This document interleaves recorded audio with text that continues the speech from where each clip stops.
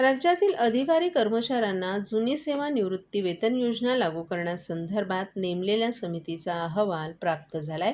त्यावर अभ्यास करण्याचे निर्देश देण्यात आले असून मुख्य सचिवांमार्फत त्याबाबतचं मत शासनाला सादर करण्यात येईल. निवृत्त होणाऱ्या कर्मचाऱ्यांची आर्थिक व सामाजिक सुरक्षा जुन्या पेन्शन योजनेप्रमाणे योग्य प्रकारे राखली जाईल या मूळ तत्वावर शासन ठाम आहे. शासनाला प्राप्त झालेला अहवाल आणि त्यावरील चर्चा आणि अंतिम निर्णय हा या तत्वांशी सुसंगत असेल. त्यामुळे या अहवालावर अंतिम निर्णय येत्या अर्थसंकल्पीय अधिवेशनात घेण्यात येईल अशी ग्वाही देतानाच अधिकारी कर्मचाऱ्यांनी संप मागे घ्यावा असं आवाहन मुख्यमंत्री एकनाथ शिंदे यांनी विधानसभेत एका निवेदनाद्वारे केलं आहे. या संदर्भात निवेदनाद्वारे माहिती देताना मुख्यमंत्र्यांनी राज्यातील राज्य शासकीय अधिकारी कर्मचारी समन्वय संघटनांच्या विविध मागण्यांसंदर्भात बैठक घेण्यात आल्याचं सांगितलं.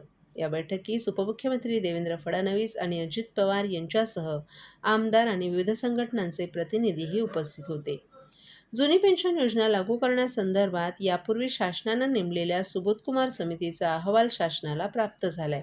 त्यावर या बैठकीत सविस्तर चर्चा करण्यात आली.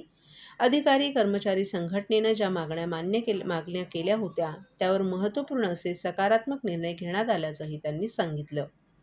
संघटनांच्या मागणीनुसार राज्य शासनानं महत्त्वाचे 5 निर्णय घेतले आहेत. याची माहिती देताना मुख्यमंत्री एकनाथ शिंदे यांनी 31 मे 2005 पूर्वी जाहिरात दिलेल्या अधिसूचित केलेल्या पदांवरील नियुक्त्यांना म. से. निवृत्तीवेतन नियम 1982 अंतर्गत समाविष्ट करण्याचा निर्णय घेण्यात येणार आहे. याबाबतचा प्रस्ताव मंत्रिमंडळापुढे मान्यतेसाठी ठेवण्यात येणार असून त्याचा लाभ सुमारे 26,000 अधिकारी कर्मचाऱ्यांना होणार आहे. यासोबतच 80 वर्षांवरील निवृत्तीवेतनधारकांना केंद्राप्रमाणे अतिरिक्त निवृत्तीवेतन अदा करणं, सेवानिवृत्ती उपदान, मृत्यू उपदानाची मर्यादा केंद्राप्रमाणे वाढवणं, निवृत्तीवेतन अंशराशीकरण, पुनर्स्थापना कालावधी कमी करणं आणि वित्त व लेखा विभागातील सेवा प्रवेश नियमांबाबत बैठक झाली असून त्याचा निर्णय अंतिम टप्प्यात असल्याचं मुख्यमंत्र्यांनी सांगितलं. जुनी पेन्शन योजना लागू करण्यासंदर्भात नेमलेल्या समितीनं आपला अहवाल गेल्याच आठवड्यात शासनाला सादर केलाय. यामध्ये समितीनं सुचवलेल्या तरतुदी लागू करण्याकरिता त्याचा सविस्तर अभ्यास होणं आवश्यक आहे. प्राप्त अहवाल आणि त्यावरील चर्चा आणि अंतिम निर्णय हा या तत्वांशी सुसंगत असेल. या अहवालावर अंतिम निर्णय येत्या अर्थसंकल्पीय अधिवेशनात घेण्यात येईल. संघटनेच्या मागण्यांप्रती शासन सकारात्मक असून संघटनेनं सुरू केलेला संप त्वरित मागे घ्यावा आणि सर्वसामान्य जनतेची गैरसोय होणार नाही याची काळजी घ्यावी असं आवाहन मुख्यमंत्र्यांनी केलं आहे.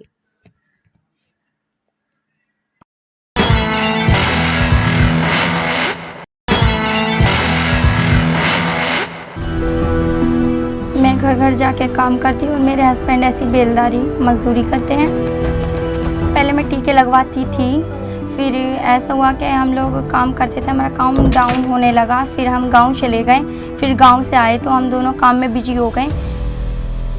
एनम दीदी हमारे एक दिन घर आई, उन्होंने कहा कि मुझे कार्ड दिखाओ। फिर उन्होंने देखा, उसमें कुछ टीके छूटे पड़े। आस पड़ोस में जितने भी बच्चे हैं उनके घर पर गए, उनकी मम्मी पापा से बोले जो जो बच्चे छूट गए हों वो बच्चे अपना टीका लगवा लें। अब हम लोग सारी लेडीज मिलकर बच्चों का टीका लगवा के आए। हम तो भूल गए थे कि हमारे बच्चे का टीका नहीं लगा, लेकिन सरकार नहीं भूली, हमारे दरवाजे पर आए और टीका लगाए। मिशन इंद्रधनुष।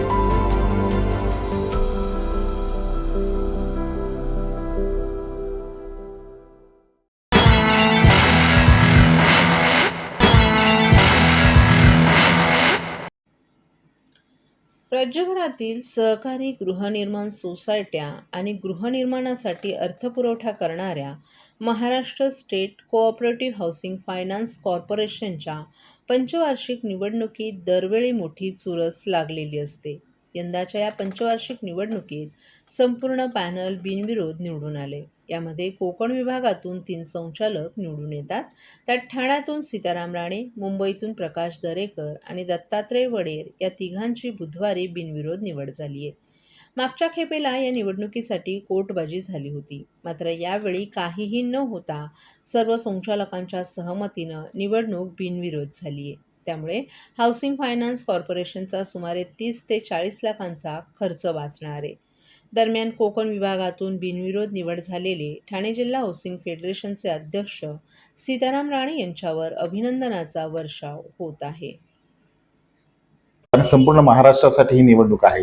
30 ते 35 लाख रुपये खर्च अपेक्षित होता, तो या आमच्या बिनविरोध निवडणूक झाल्यामुळे वाचलेला आहे. मात्र 2 जागांसाठी नागपूर डिव्हिजनला निवडणूक होणार आहे. बाकी सगळ्या राखीव जागा, त्याचप्रमाणे वेगवेगळ्या विभागातल्या सर्व जागा बिनविरोध निवडून आलेल्या आहेत. त्यासाठी मी धन्यवाद देईन दोन्ही उपमुख्यमंत्र्यांना, माननीय देवेंद्र फडणवीस, माननीय अजितदादा पवार, त्याचप्रमाणे आमचे भारतीय जनता पक्षाचे सहकार आघाडीचे समन्वयक प्रवीणजी दरेकर यांना धन्यवाद देईन. आता त्याच्यानंतर 24 तारीख खरे म्हणजे निवडणुकीची होती. त्या दिवशी नागपूरच्या 2 जागांसाठी निवडणूक होईल.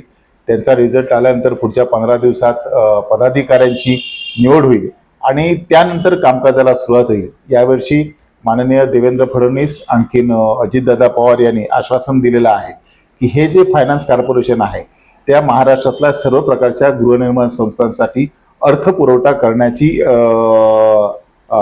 व्यवस्था करते किंवा अर्थपुरवठा करते.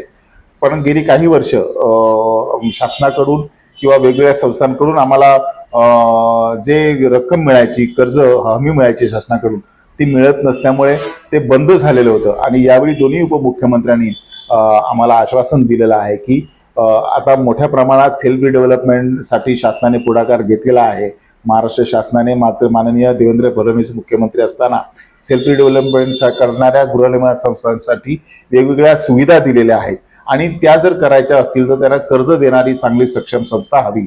म्हणून महाराष्ट्र स्टेट हाऊसिंग फायनान्सला शासनाच्या वतीने कर्ज पुरवठ्यासाठी पुरवठा रक्कम देण्याचं आश्वासन दिलेलं आहे.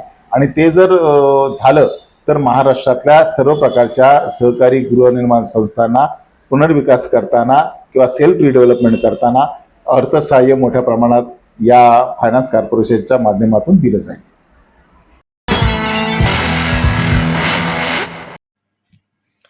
ठाण्यात अनेक ठिकाणी ढाबे आणि रस्त्यावरील टपऱ्या, गाड्यांवरील बेकायदा हॉटेलमध्ये सर्रासपणे मद्याची विक्री केली जात आहे.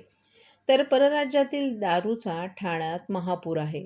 अशाच काळात थेट 10% वाढलेला व्हॅट या सर्व गोष्टींमध्ये आता अधिकृत बार आणि हॉटेल चालवणं कठीण होऊन गेले.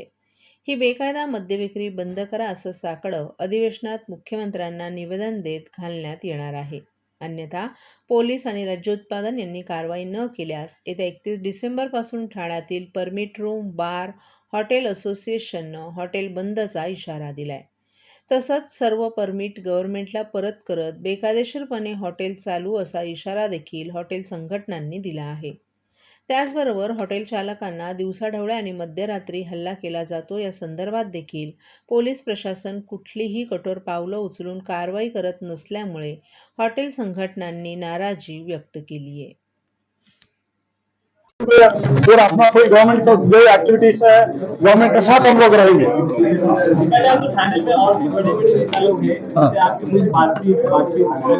नेता लोगों के पास जाने की जरूरत नहीं, अपने अपन गवर्नमेंट के पास ही जाएंगे. नेता के पास जाने की जरूरत नहीं. नेता लोग जाएंगे तो डबल गेम खेलता है, वो खेल अपनी देखने के लिए हम लोग डायरेक्ट कंसर्न गवर्नमेंट के पास ही जाएगा, डिपार्टमेंट के पास ही जाएंगे. सर लाइसेंस भी बढ़ी है, वैट बढ़ा है, सब पैसा कस्टमर के पास है, तो कस्टमर होता नहीं. कस्टमर का डिसीजन बहुत सही है, इसकी जवाबदारी है, रिस्पॉन्सिबिलिटी गवर्नमेंट का रिस्पॉन्सिबिलिटी है. गवर्नमेंट अपना धंधा खराब करने के लिए गवर्नमेंट का लोग है, ये लोग का डिसीजन है, गवर्नमेंट का डिसीजन नहीं है. गवर्नमेंट को मिस स्टैटिस्टिकल इंफॉर्मेशन देता है, वो हिसाब से अपना धंधा मार खाता है, इलीगल धंधा बढ़ता है. समझा.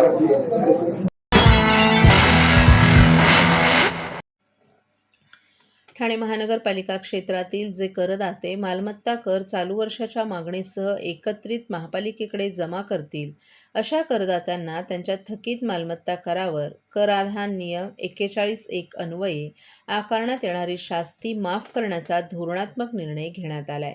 या अनुषंगानं आकारण्यात आलेल्या शास्तीमध्ये पूर्णतः सूट देण्याचा निर्णय महापालिका आयुक्त अभिजित बांगर यांनी घेतला आहे.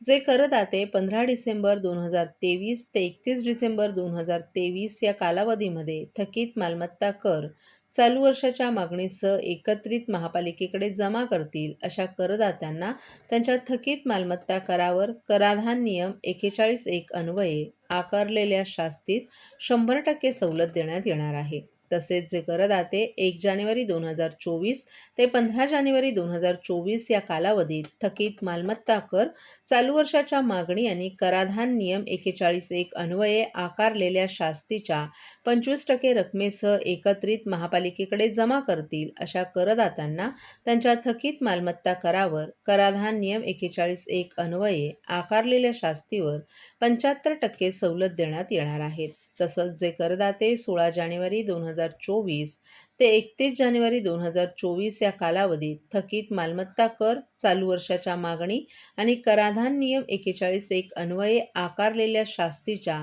50% रकमेसह एकत्रित महापालिकेकडे जमा करतील, अशा करदात्यांना त्यांच्या थकीत मालमत्ता करावर कराधान नियम 41(1) अन्वये आकारलेल्या शास्तीत 50% सवलत देण्यात येणार आहे. या धोरणात्मक निर्णयापूर्वी ज्या करदात्यांनी त्यांचा मालमत्ता कर महापालिकेकडे जमा केला असेल, अशा करदात्यांना ही योजना लागू असणार नाही.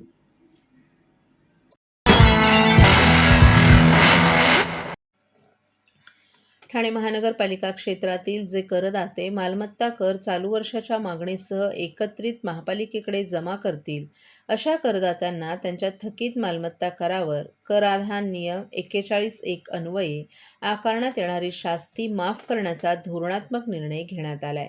या अनुषंगानं आकारण्यात आलेल्या शास्तीमध्ये पूर्णतः सूट देण्याचा निर्णय महापालिका आयुक्त अभिजित बांगर यांनी घेतला आहे.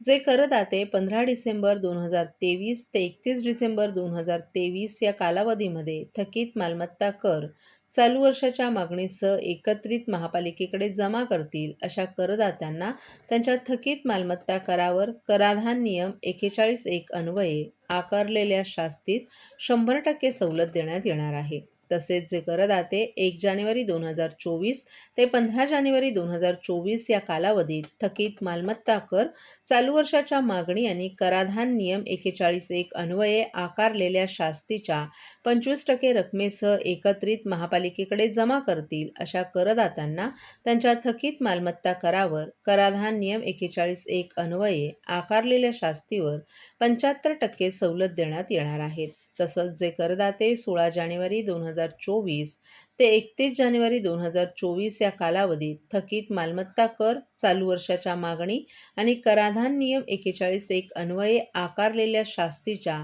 50% रकमेसह एकत्रित महापालिकेकडे जमा करतील, अशा करदात्यांना त्यांच्या थकीत मालमत्ता करावर कराधान नियम 41(1) अन्वये आकारलेल्या शास्तीत 50% सवलत देण्यात येणार आहे. या धोरणात्मक निर्णयापूर्वी ज्या करदात्यांनी त्यांचा मालमत्ता कर महापालिकेकडे जमा केला असेल, अशा करदात्यांना ही योजना लागू असणार नाही.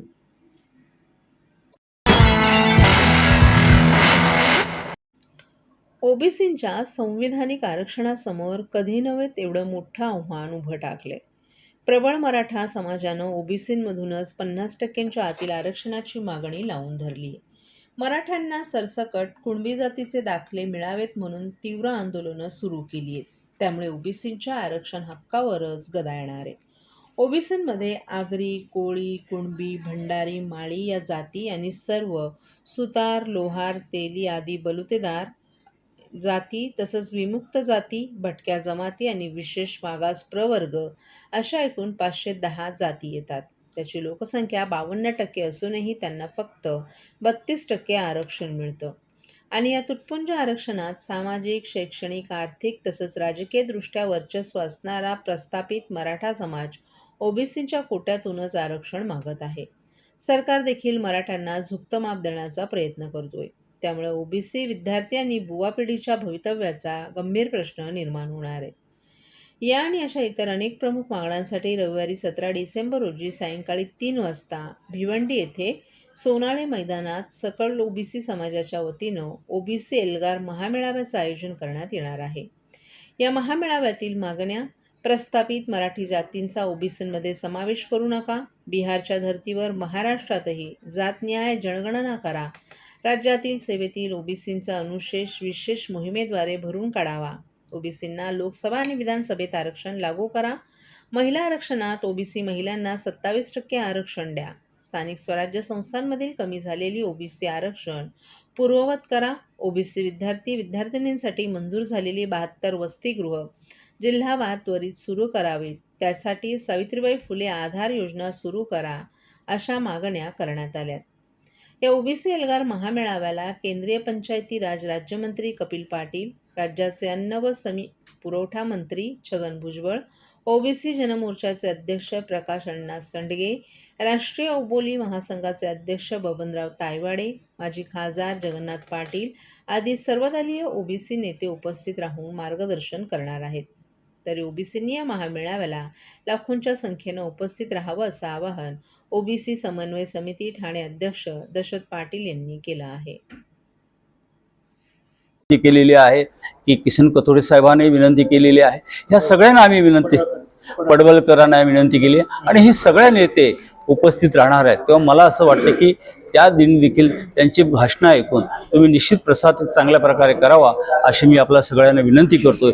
कारण शेवटी हा समाज एकच आहे. आमची मागणी की कोणत्याही परिस्थितीत खऱ्या अर्थाने जर जातनिहाय जनगणना झाली तरच सरकार याची नोंद घेतील. सुप्रीम कोर्टाने सुद्धा विचारणा केलेली आहे की जातनिहाय जनगणना तुम्ही सादर करा. तेव्हा मला असं या ठिकाणी तामिळनाडू आज 69% आरक्षण असून सुद्धा आज महाराष्ट्रापेक्षा जास्त प्रगतिशील राज्य आज गणलं जातं.